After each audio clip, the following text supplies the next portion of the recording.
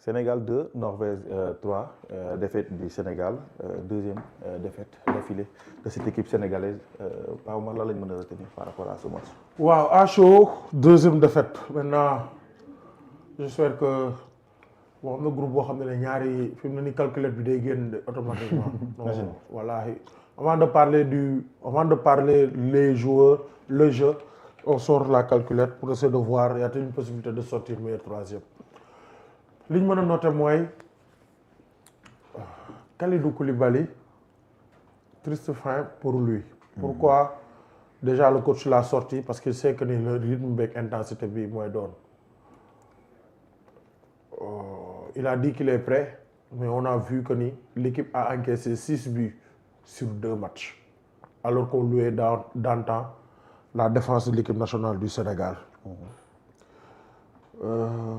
Sur le plan de l'animation offensive, Ismaïla Sarr a fait taire tous les critiques. Man, loolu moom neex na ma si. Mais quand même, il y a beaucoup de regrets parce que on xam nañ lan mooy équipe bi waroon jouer. On sent l'équipe qui devait jouer, on sent les joueurs qui devaient jouer ce match. J'ai bien aimé boo xoolee équipe bi changement yi tey teel nañ ko def, mais pour man Kalidou warul woon ñëw en seconde période benn. Nan lañ waroon aborder seconde période bi mooy sans gagne sans perte, surtout bi deuxième bi duggee sans gagne sans perte. On amène l'armada offensif, soit on nous gagne, soit on essaie d'avoir ce 1 point. Et li gën a métti mooy Ismaïla dugal na fi baaxee mooy 60e minute nga dugal 2-1.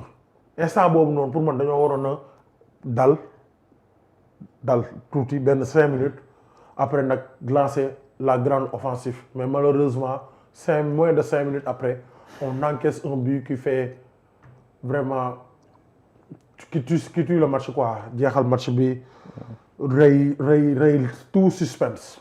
Parce que gëmoon naa ne Sénégal ak repositionnement Ismaïla Sarr sax dans l'axe dañuy ñëw amaat beneen but. Pour man on a un coaching perdant aujourd'hui. Pourquoi ma ne coaching perdant mooy du moment que ni am nañ match nul def nañ bloc gagné def nañ match encaissé nañ but sans gagne sans perte. Il y a des joueurs yoo xam ne mi-temps waruñu woon dugaat, mais malheureusement la gestion du banc aujourd'hui mérite un point d'interrogation parce que c'est une défaite cruelle et pourtant on n'a pas été nul sur ce match. Mais tey dañ doon jooy efficacité, tey manqué wuñu efficacité devant les buts. Liñ manqué mooy gestion du match, liñ manqué mooy maîtrise du match. Et la défense aussi. Mais loolu laa la wax 6 bi encaissé ko ci 3 matchs. xoolal Norvège ñoom dañoo ñëw indi efficacité. Haaland sonnul taj bëng. C'est-à-dire c'est une défaite amère. Yàlla na Yàlla doon sutura. Ibrahima. Ah bon, le constat est général. C'est une défaite amère parce que on sortait d'une défaite contre la France. On se disait que voilà, tout est possible parce qu'en football, nekkul perdre nga premier match bi tu vas perdre la suite de la compétition. La preuve, gis nañ équipe yu bëri yoo xam ne elles avaient mal démarré la compétition. Sori nañ ci compétition bi. Argentine moo ko mujjee def mondial 2022 bi. Espagne def na ko en 2010, l'Argentine def na ko en 1990. Sénégal boo xoolee ci mondial 2018 bi on a démarré par une victoire ñu door Pologne après. Dañoo régressé ba toog premier tour mondial 2022 bi le Sénégal démarre par une défaite contre les Pays-Bas ñu gis ni dafa créer un sursaut d'orgueil. ñu match nul après ñu gagné le Qatar, on s'est qualifié en 8e de finale. Donc tey ba ñu commencé avec une défaite par la France, donc c'était normal de croire aux chances des Lions parce que mën nañ jàpp ni piqûre de rappel la sursaut d'orgueil mën na am ñu jéem a am victoire tey devant la Norvège wala au minimum sortir avec un match nul parce qu'avec un match nul tu es toujours en vie. Parce que tey on jouait notre survie. Malheureusement lu ñu doon xaar yëpp amul défaite bi ñëwaat na, on va dire que c'est la défaite de trop. Certes, il y a les calculettes qui devraient sortir parce que mathématiquement on n'est pas encore éliminé. Et mathématiquement tamit avec une victoire lors de la dernière journée, même si tes chances sont minimes, tu peux toujours continuer la compétition parce que ba léegi xamaguñu les 8 meilleurs troisième kenn ku ci nekk ñaata point ngay am. certes avec 3 points mun nga qualifier mais lu jafe-jafe lay doon mais loolu dafa sori. parce que egguñ foofu parce que déjà il va falloir gagner l'Iran. mais pour ce match donc comme on dit la défaite elle est amère te à chaud tamit peut-être voilà on va un peu manquer de cohérence wala on passe un peu à côté mais ce qui est sûr et certain c'est que c'est une défaite inévitable. Parce que man dama jàpp ni on a donné le bâton pour se faire battre parce que boo xoolee cette équipe norvégienne malgré équipe bu baax la et tout parce que l'on rappelle la Norvège et l'Angleterre ñoom ñoo nekk les deux seules équipes yi nga xam ne dañoo def carton plein durant ces éliminatoires de la Coupe du Monde donc équipe bu dóor Italie aller-retour yëpp nga dugal ko 4 buts donc équipe boobu tamit war na la mun a gagner mais si biir match bi boo xoolee Norvège seen 3 buts mun nañu wax ont été offerts par les défenseurs. Notamment Kalidou Koulibaly donc mu nekk quelque chose de malheureux mu nekk une défaite boo xam ne on n'y s'attendait pas on pensait que minimum on allait sortir avec le point du nul mais lépp rek bu ñu ñëwaatee si match bi di ko xool man li ma waxoon le début loolu laa indiwaat Pape Thiaw 11 bu mu andi baaxul parce que je me dis que il a reconduit les mêmes erreurs et les mêmes hommes. Pourquoi moi les mêmes erreurs et les mêmes hommes? Parce que les mêmes hommes, il a amené les mêmes 11 qui a joué. Mais les mêmes erreurs, contre la France, on a constaté que les changements étaient tardifs. Le match bi tey ñu bëri gis nañ ni à la mi-temps il y avait des joueurs qui ne devaient pas revenir. Mais malheureusement ils sont là. ñu gis ne tamit au déroulé du match on a vu des joueurs yoo xam ku si mel ni un Sadio Mané malgré l'immense talent qu'il a mais gis nañ ni amul benn rendement sur le terrain parce que physiquement il était court donc mais gis na ni malgré ça il a terminé le match donc côté boobu tam dañ naan ana Pape Thiaw bu ñu gisoon lors de la CAN parce que quoi que l'on puisse dire il nous a valu cette belle Coupe d'Afrique des Nations foofu souvent il y avait le coaching gagnant qui venait mais sur les deux matchs ce Pape Thiaw est diamétralement opposé au Pape Thiaw qui était au Maroc donc la responsabilité incombe à Pape Thiaw parce que il s'est trompé sur ses choix et donc voilà la défaite est là et malheureusement il est responsable. La défaite de trop pagaille, deuxième défaite et est-ce qu'on peut dire qu'on n'a pas le niveau non dire que le Sénégal n'a pas le niveau de ce mondial c'est assez abusé. Donc je pense qu'il y a un certain nombre de paramètres yu entrent en jeu de moo waral instant yi on n'a toujours pas marqué de points jusque-là après 2 journées. Face à benn adversaire bu mel ni Norvège boo xam ne c'était vraiment à notre portée. Mais ce qu'il faudra se dire mooy man principalement cette défaite dama koy teg ci ndoor de Koulibaly. En dehors de peut-être choix yi Pape Thiaw def yoo xam ni c'est largement discutable. Mais j'ai vu un capitaine boo xamante ni c'est comme s'il ne respectait pas ses dirigeants parce que joueur bu respecter dirigeant am na comportement boo xam ne waru ko am. Tey tu regardes Koulibaly jouer dafay mel ni que amul ku ko yilif parce que nit jour boobu laa doon gis parce que tu peux passer à côté de ton match ok tu peux passer à côté de ton match faire une mauvaise prestation mais au moins c'est respecter les codes de ce sport. Aujourd'hui Koulibaly premier mi-temps la commencé di déjeuner di dugg si lu yoonam new di avance kenn xamul loolu ban façon football ñu ñëw deuxième mi-temps il en a fait pire. tey jii kenn mënu ma wax ni dafa dem ba craqué bëgg racheté wu. parce que joueur de haut niveau la football na fu nekk kenn mënu ma wax ni que man daal j'ai rien compris de son attitude tey à la limite capitaine bu indiscipliné laa gis tey. capitaine bu indiscipliné laa gis te loolu lu ñu jar a càmbar la parce que tey c'est comme si que le gars il respecte même pas dirigeant yi. il respecte même pas ce peuple parce que tey ok tu n'es pas bon mais reste en défense respecte les codes.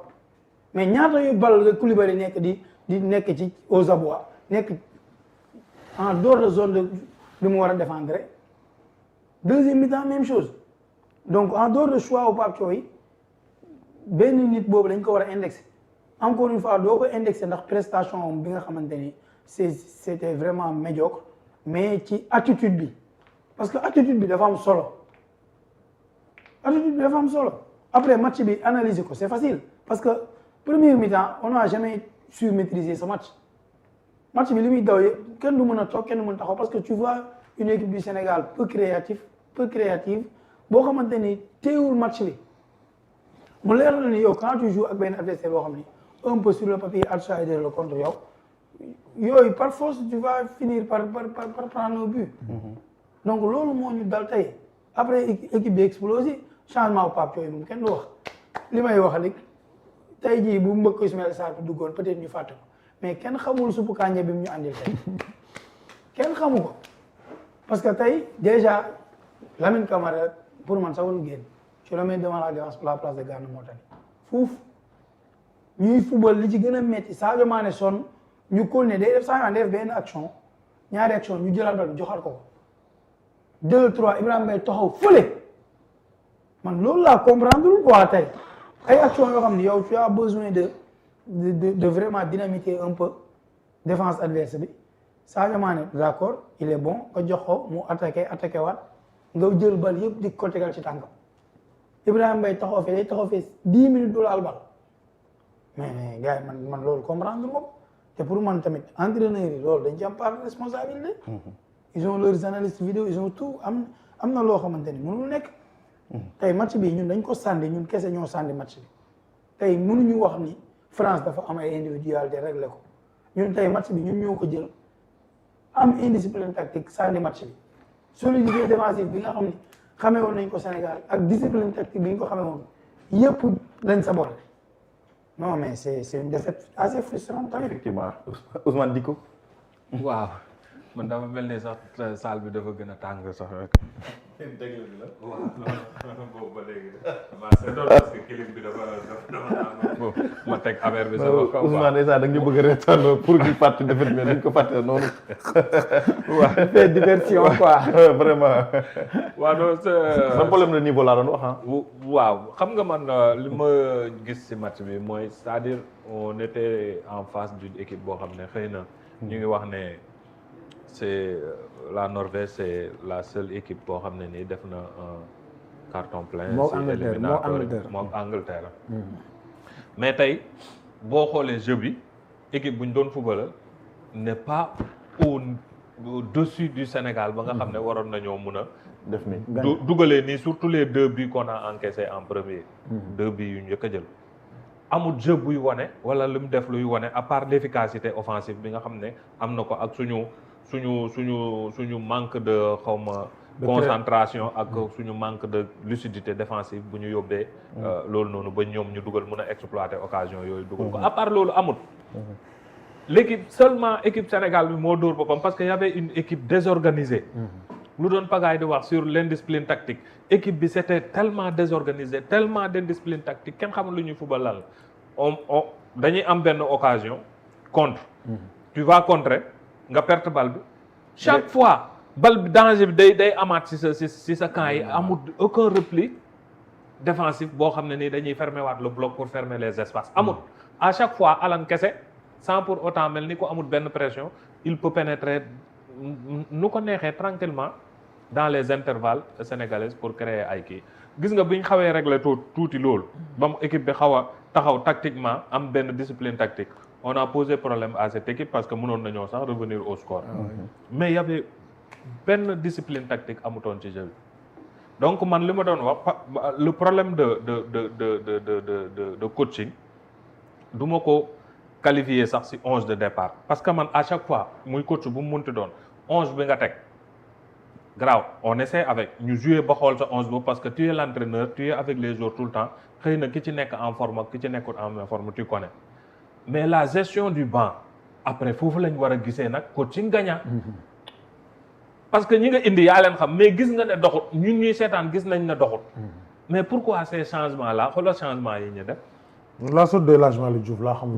mais ça ne s'explique pas. El Hadj Malick Diouf qui faisait des même bu nekkee après nga génne ko dugal keneen. même bu nekkee man je pense que si foofu noonu il cherchait la vitesse ak xëy na l'agressivité de quelle vitesse et quelle agressivité. mais parce que foofu d'accord loolu xëy na mën na ko viser mais y avait amoon na feneen waaw amoon na feneen fu besoin nekkoon que génne El Hadj Malick Diouf parce que Kalidou Koulibaly on sait que y avait Sadio Mané mais il faut régler le problème de la défense d'abord parce que même boo dugalee yaa la défense la buy maye bali pour ñu dugal donc il faut régler ça. C'est ça. Football aussi boo bëggee gagner même booy dugal tamit il faut éviter de prendre des buts. mais xoolal à chaque fois les 3 buts yëpp regarde fu mu jógee. c'est Kalidou Koulibaly qui traînait physiquement xam nga ne mooy li ñu doon wax depuis man première kii ba xam nga. premier match ba quand mis le classement ma ne la man sama inquiétude mooy ci défense bi ak Kalidou Koulibaly sama seule inquiétude foofu la un trentenaire qui n'a pas joué depuis 3 mois tu le mets titulaire d'accord il joue 1 heure de temps mais ñëpp xam nañ ne football xam nga haut niveau quelqu'un qui est resté 3 mois nga bàyyi ko 1 heure de temps avec la chaleur waaw avec la chaleur 1 heure de temps ci biir match mais il faut le sortir xam ne kii mën a tuta dem tey tu nous reconduis la même chose d'accord parce qu'il avait fait 1 heure de temps mais il fait di déserte di dem benn discipline tactique amul ci li muy def erreur fële erreur ci suuf et puis tu continues à le laisser bañ koy génne malheureusement c'était trop tard on n'avait plus assez de temps pour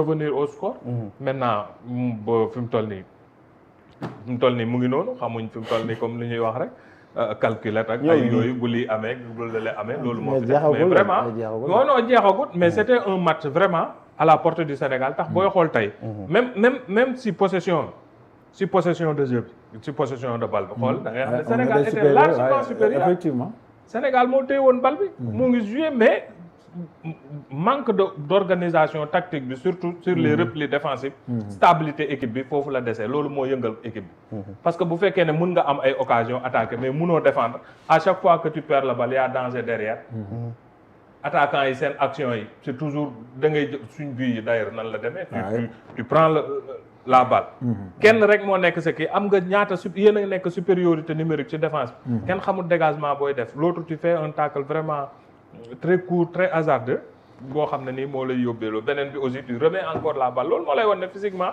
il n'était plus à ses forces mënatutoon joxe lu mu war a mën a joxe donc tey vraiment le coaching la gestion comme ni ko Pa Omar waxee la gestion du banc ci Pape Thiaw ci changement bi vraiment moo passé complètement à côté je ne sais pas ce qu'il cherchait waaye indilu ko loo xam ne nii vraiment mais Baara man classement meilleur troisième yi laa doon xool nii man au-delà ñoo jël ndaare waaw d'accord mais non on peut pas être dernier zéro point waaw mais Lirac aussi à 0 point Tunisie tamit mais pour l'instant ok yow su waxoo suñ poule bi si mais troisième yi. waaw classement meilleur troisième yi la waaw mais yaa ko man au-delà de contre-performance bi pour man dañu war a am benn vision bu gën a large ci match bi parce que avec ce match il y a eu beaucoup de choses avant ce match notamment dans la préparation problème yi par-ci par-là environnement équipe nationale mais aujourd'hui tu vois Kalidou Koulibaly jouer pour man maanaam xam nga équipe dafa kilifteef daf ci am solo tey jii am na yenn comportement yoo xamante ni. et puis sañoo ko def équipe nationale quoi. ñu confie mais vraiment surtout quand tu es gis Koulibaly di ba ci ay poto corner. tu reviens de blessure. amoo capacité physique boobu di dézonner di dem ba ci kaw bëgg a régler des situations. ñu expliquer mal Koulibaly tey. qu'est-ce qu'on cherche Koulibaly tey lan moo waral lan la ñuy yabee tey ba tey ñu nekk di football match boo xam ne yaa amul danger suñu amee match nul sax on est sur la ligne pour nous qualifier. D'accord, on prend un but, ok, c'est pas grave. Ba 99e minute, on peut avoir ben un dem ci yoon. Bien sûr. Mais Koulibaly après le but des Norvégiens, acca bal yëpp day dàqante di ñëw suñu camp. Comme attaquant bi def repli défensif. Non mais gars yi dem leen seetaan match bi. Mais lii Djigo, il faut que ñu xoolaat environnement équipe bi tamit. Parce que lii apparemment dans la préparation quelque chose a dû ne pas marcher. Ak problème yi gars yi soulevé, c'est vrai ou c'est pas vrai. Le qui des cadres. Waaw, le cercle des cadres. Cercle des sur cadres. la sélection de. ba ci problème bi RTS doon souligner. seen problème ay. malbouffe je sais pas malbouffe. Donc yooyu dëgg la du dëgg.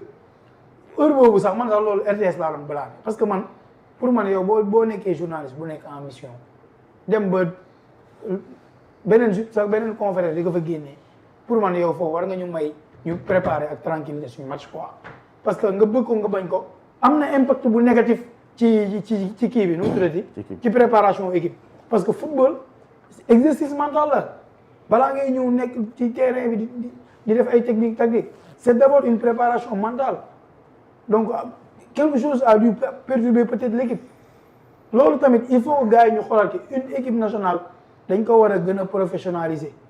suñu équipe bi gars yi ñi ngi ñuy commencé di bëgg weren wax ju sew bi mi ngi commencé di jug. ci ana Aliou Cissé lii daanu fi am lii mais mi ngi bëgg am dëgg tamit dafa mel ne Cissé mi ngi bëgg am dëgg ci gars yi di ko. dañu waxante dëgg c'est pas notre grand ami nag mais tamit xam nga équipe nationale dafa am lu taxawaay bu mu war a am. mais lii défaite bi c'est une défaite frustrante. mais défaite bi ci ndoddu Koulibaly laa koy teg. yaa ngeen di wax Pape Thiaw ay choix parce que man. Koulibaly mais la responsabilité aussi c'est pas. la responsabilité.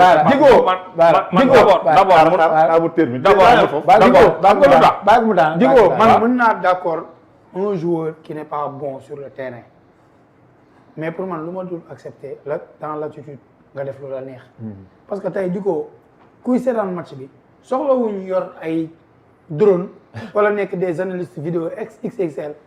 dama bëgg ñu génneel ñu braquettes yi Koulibaly yooyu ñuy sol ñu xool Koulibaly mabam lan la def fan la daw loolu laa bëgg ngir yàlla ngir génneel ñu bu fekkee ni solo na braquette ñu génnee ko ñu xool comportement yi Koulibaly doon daw soo moytuwul li mu daw si digg terrain bi sax gaan na daw mais lan mooy loolu pour benn équipe boo xamante ne yow sa qualification nga war a régler non mais moom laa lay wax ne la responsabilité c'est Pape Thiaw man je te comprends yow yaay sélectionneur on te laisse le choix de choisir sa 11 bi nga teg ñu ne d'accord man du ma critiquer ci loolu sa 11 lii la mais quand ça ne marche pas surtout nag indiscipline tactique ci football waaye sa waay je te replace ne la sa waay lii laa la sant footballeur ma lii ak lii tu ne le fais pas bon ma génne la teg fa keneen d'autant plus que y avait des joueurs yoo xam ne des joueurs compétitifs Pathé Ciss par exemple am na ñeneen ñu fa ne ñu mënoon jouer ci défense bi y a le jeune Sarr boo xam ne moo ko doon remplacer. Vraiment pourquoi duñ ko changer. à la CAN gis nañ exemple. voilà mais pourquoi duñ ko changer il a été très solide lors de la demi-finale. Pourquoi duñ ko changer mais loolu laay wax mais tu le changes tardivement boo nga xam ne après on a encaissé 3 buts. Ama Bara, en football on a l'habitude de dire que c'est le collectif qui prime toujours. Quand on gagne collectivement. Quand on perd collectivement. Raison pour laquelle on dit souvent il ne faut pas jeter l'anathème sur un seul joueur. Mais tey jii match bi mënoo ko seetaan ak quel que soit ton degré de neutralité mënoo bañ a pointer du doigt notre capitaine Kalidou Koulibaly. D'où man je dis que il ne mérite pas cette fin. Parce que un joueur comme Kalidou Koulibaly, un joueur comme Gana Gueye, qui font partie des 3 joueurs les plus capés, tey jii bu mondial bi jeexoon ñu ne ñoom bàyyi nañ ce ne serait pas une surprise.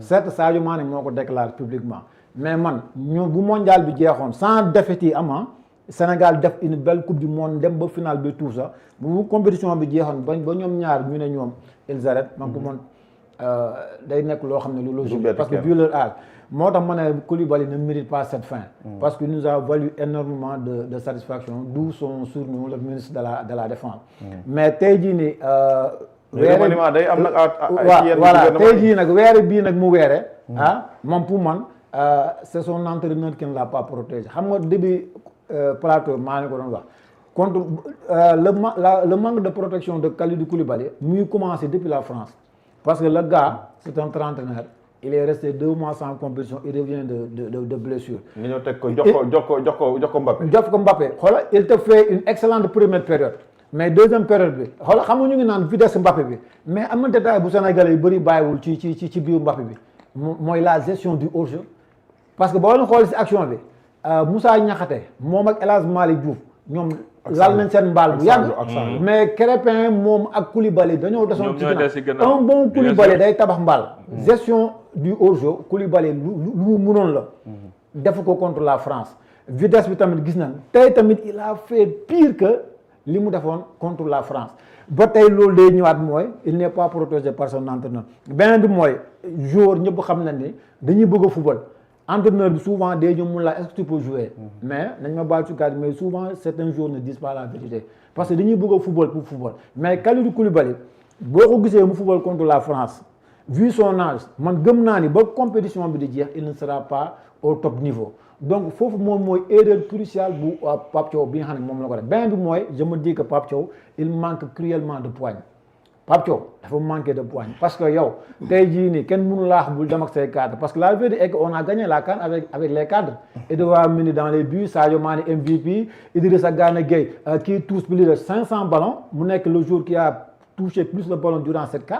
Il a fait une CAN démentielle mais contexte bi dafa changé parce que qui a joué tous les matchs. Voilà parce que CAN boobu ba ñuy ñëw ñun suñu cadre yëpp était au top forme. Au top niveau alors que mondial yi ba ñuy ñëw suñuy cadre était blessé te un joueur trentenaire su blessé récupération du gaaw contrairement à un jeune de 18 ans 20 ans moo tax mën na la foofu Pape Thiaw moom moo protégé wul ses cadres bëgg na leen football loo mais xam nga ne gars yi ils ne tiennent pas 60 minutes mais manager leen maanaam le coaching dafa am lu ñu woowee le management il faut savoir gérer ces joueurs te li mu si gën a métti mooy day dem conférence de presse il n'assume pas la responsabilité comprendre nga moo tax mën na la foofu Pape Thiaw lu di koo wax il est entièrement fautif sur cette action